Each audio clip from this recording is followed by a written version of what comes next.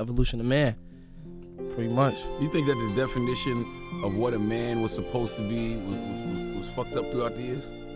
Hell yeah, just because we not perfect. Mm-hmm. You know what I'm saying? Just because we don't even, our definition of perfect isn't perfect because we don't know what perfect is because we not that.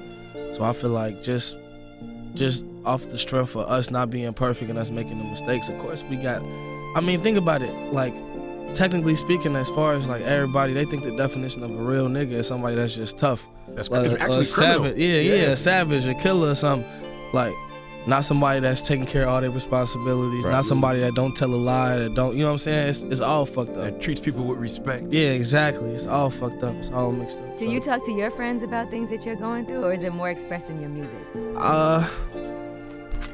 It depends. I mean, I'm most definitely not afraid to speak my mind, so like, it all depends. If I know that person has went through the same thing, then I may come to that person like, yo, what did you do in this situation? Because I'm going through this. So like, it all depends. Sometimes I just leave it in the music though. And when I release it, there be people hitting me up like, what, you went through this? I went through this, bro. I'm praying for you, know what I'm saying? Whatever the case. So like, yeah, it's pretty much how So you went from a huge SoundCloud artist to signing with Interscope. Yeah. What made you do the deal with Interscope, and how did Interscope ever feel you and hear you and reach out to you?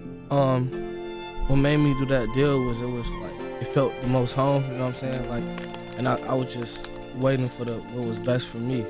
And so we went to a few labels, had a couple meetings and shit. And that was what felt the best. Mm-hmm. You know, that was the best deal. So how could we refuse? You had a $3 million deal, right? Yeah, $3 million. yeah. That felt good too. Man, damn it, pissed myself. You hear me? Yeah, but how soon did people switch up on you after that? Oh, what? Look, they switched up before that. Cause so for a short period of time in between, like, so pretty much that man over there, G Money, that's the person that discovered me and really blew me up. What up, G Took Money? me to the label. That's the CEO right there. Mm-hmm. It's my big brother. So like, it was a time and period before me and him started going to different labels. It was like, what, like a month we was back at home? And I had a little money in my pocket. I came up on a little money, like $20,000.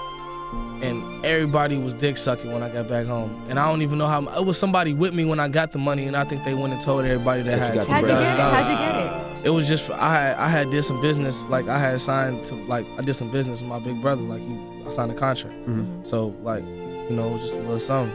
But like, everybody was on my dick by the time I got back home. Like, I got back home, I woke up the next morning, my phone blown up. Like, what you on? Let's smoke, let's do this, let's like, nah, I'm staying in the crib. Motherfucker, I'm telling you, bro, that shit weird, bro. Like, that shit changed people for What real. was the first thing you bought when you got your $3 million advance? Damn. I went shopping a couple times, so probably just clothes. Just color clothes? clothes. And Nothing big? What was the biggest purchase? The biggest purchase, I could tell you the biggest purchase to this day. Probably I got a watch. It's an AP, all baguettes. Mm-hmm. It was like $250. $250 on the watch? Yeah. Okay. That's a No pretty crib, big no cars, no purchase. nothing? No, I got a crib in LA. Okay. So, but that's like, A mansion. yeah, like, but as far as like just like items and shit, that's the most expensive shit. I want the Rolls Royce truck. I may grab it. I don't know. Mm-hmm.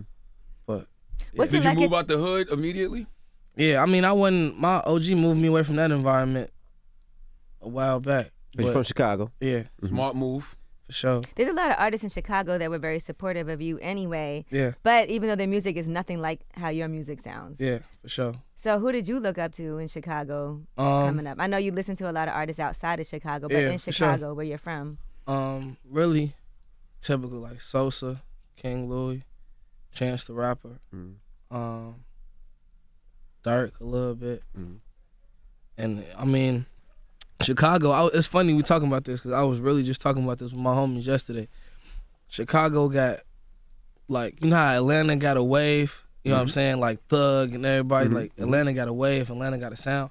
Chicago, I feel like people don't think about it like this, but Chicago had just as big as an impact on the music industry as far as when the drill movement came out. Of course. Like, you may not hear a motherfucker make drill music, but they shit sound like it came out of drill music. You feel me? It Like sound what? like Even the, kind of before that though, with yeah, Kanye. yeah, for sure. Yeah. Oh yeah, for sure. Like that's no doubt.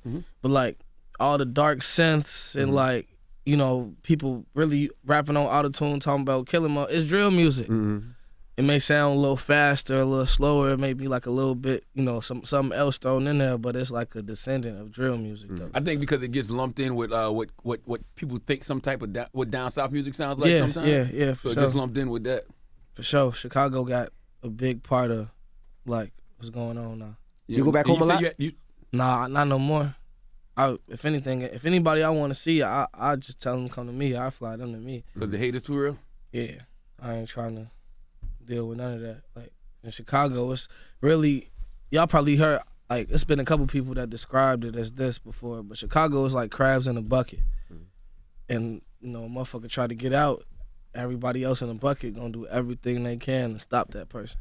I've always been told that, and I agree with it, but then I look at somebody like Chance who's still there. But then everybody always says Chance is different. He is, though, because, I mean, you know, like, he don't really got no history of coming up, beefing with nobody, or claiming he was something that he wasn't trying, you know what I'm saying? Like, so, I mean, he's most definitely one of the more positive people to come out the city, even content-wise, you know? He don't speak on no violent shit like that. If anything, he speak on stopping the violence, you know? So Kanye was planning to move back to Chicago for a second. For a second. It didn't happen. Yeah, I don't know. I feel like he just be saying whatever idea come off the top. At that moment. He be freestyling. Yeah. He freestyle life. That nigga freestyle life. he be freestyling. So